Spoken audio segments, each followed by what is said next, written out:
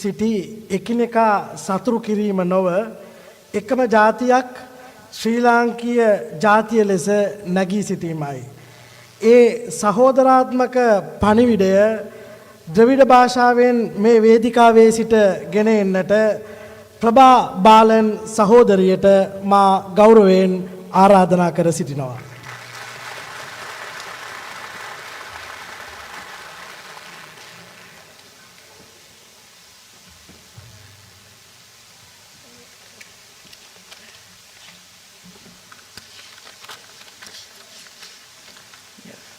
Good afternoon. Welcome everyone on this special gathering organized by NPP. On behalf of NPP, I am going to read the message in Tamil. வணக்கம்.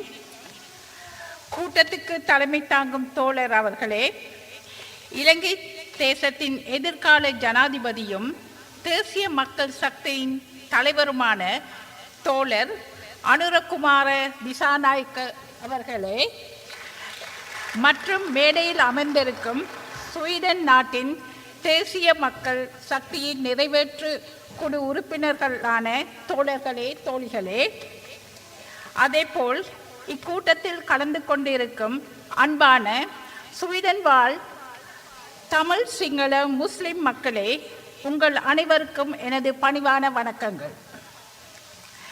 இன்று Sweden நாட்டில் வாழும் எமக்கு முக்கியமான நாளாகும். அது வேறு எதனாலும் அல்ல. நீங்கள் எல்லோரும் எந்த ஒரு வேறுபாடுகளும் இன்றி இங்கு கூடியிருப்பது எதற்காக? எமது வாழ்க்கையை மாற்றி அமைப்பதற்காகவா அல்லது சலுகைகளை மாற்றி அமைப்பதற்காகவா? அல்லது இல்லவே இல்லை, நாங்கள் எல்லோரும் எந்த ஒரு குறைபாடுகளும் இன்றி இந்நாட்டில் சிறப்பாக வாழ்ந்து கொண்டிருக்கின்றோம். அப்படியானால் இங்கு நாம் ஏன் கூடியிருக்கின்றோம்? அது வேறு எதனாலும் அல்ல. எமது தாய் நாடான இலங்கை தாய் இன்று அழுது புலம்புகின்றாள்.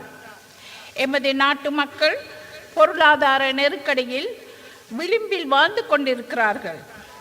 அதனால் அவர்களின் பிள்ளைகளின் தேவைகளை கூட பூர்த்தி செய்து கொள்ள முடியாத நிலையில் அமர்ந்து போயிருக்கிறார்கள். இதற்காக காரணம் என்ன?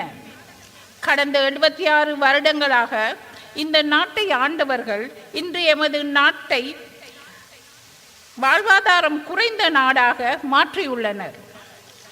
மேலும் மேலும் கடன் வாங்கி எமது நாட்டை கடன் பொறியிலும் சிக்க வைத்துள்ளனர். போதாத குறைக்கு எமது நாட்டின் தேசிய வளங்களை பல் தேசிய கம்பெனிகளுக்கு தாரை வார்த்து வருகின்றனர். இந்த நிலைமைகள் தொடருமானால் நாளை எமது பிள்ளைகளுக்கு ஒரு நாடே இல்லாது போகும் ஆபத்தான நிலைக்கு நாம் தள்ளப்பட்டுள்ளோம். அதனால் இதனை உடனடியாக மாற்றி அமைக்க வேண்டும். அதற்காக நாங்கள் அனைவரும் ஒன்று சேர வேண்டும். அதற்காக தேசிய மக்கள் சக்தியோடு அணிதிரள வேண்டும். சிதைந்து போயிருக்கும் தமிழ், சிங்கள, முஸ்லிம் மக்களின் ஒற்றுமையை கட்டியெழுப்ப வேண்டும். தேசிய ஒற்றுமையை கட்டியெழுப்பது கூடியதும் சிங்கள, தமிழ், முஸ்லிம் அனைவருக்கும் நியாயமான சமூகம் ஒன்றை எழுப்பக்கூடியதுமான ஒரே மேடை தேசிய மக்கள் சக்தியின் மேடையாகும். எமது நாடு பொருளாதார, அரசியல், சமூக மற்றும் கலாச்சார ரீதியாக பாரிய சீரழிவுக்கு உட்படுத்தி எமது வாழ்க்கையை தவிட்டு பொடியாகிவிட்ட கடந்த 76 வருடங்களாக நாட்டை ஆட்சி செய்தவர்கள் செயலாற்றி உள்ளனர். எதிர்ப்புகள் சிதைக்கப்பட்டு எமது வாழ்க்கையை தொடர்ந்து இவ்வாறே நீடிக்க இடமளிக்க முடியாதென திட சங்கல்பம் கொண்ட தேசிய மக்கள் சக்தியின் பெண்கள் அணி இன்று கிராமங்கள் தோறும் சென்று பெண்களை அணிதிரட்டி புதிய மறுமலர்ச்சிக்கான யுகத்தை அமைக்க அணிதிரண்டுள்ளனர். வேறு அரசியல் கட்சிகளைப் போல அதிகாரத்திற்காகவும் பதவிக்காகவும் பணத்திற்காகவும் அல்ல, எமது பிள்ளைகள் மகிழ்ச்சியாகவும் சிறப்பாகவும் வாழக்கூடிய இலங்கையை மாற்றி அமைப்பதற்கான சக்தியாகவே இங்கு திரண்டுள்ளோம்.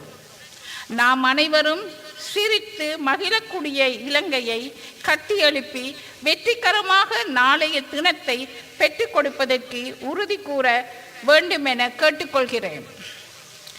புதிய சூரியன் உதிக்கின்ற தேசம் ஒன்றை எதிர்வரும் ஜனாதிபதி தேர்தலில் பின்னர் நாங்கள் கூட்டாக ஒன்று சேர்ந்து கட்டி எழுப்புவோம் என்பதை உறுதியாக கூறுவோம். நாங்கள் அனைவரும் சிங்கள, தமிழ், முஸ்லிம் பேதமின்றி வாழக்கூடிய இலங்கையை கட்டியெழுப்பிட ஒன்று சேர்வோமாக. அதற்காக இலங்கையின் புதிய மலர்ச்சிக்கான யுகத்தை உருவாக்கிட நாம் அனைவரும் ஒன்று சேர்ந்து தேசிய மக்கள் சக்தியின் அரசாங்கத்தை அமைப்பதற்காக எம்மால் இயன்ற அனைத்தையும் செய்திட முன்வர வேண்டும் என இங்கே கூடியிருக்கும் உங்கள் அனைவரையும் அன்பாக அழைக்கின்றோம். நன்றி. தேசிய மக்கள் சக்திக்கு வெற்றி. இலங்கை வாழ் தமிழ், சிங்கள, முஸ்லிம் மக்களின் ஒற்றுமைக்கு வெற்றி. நன்றி. தேங்க்யூ.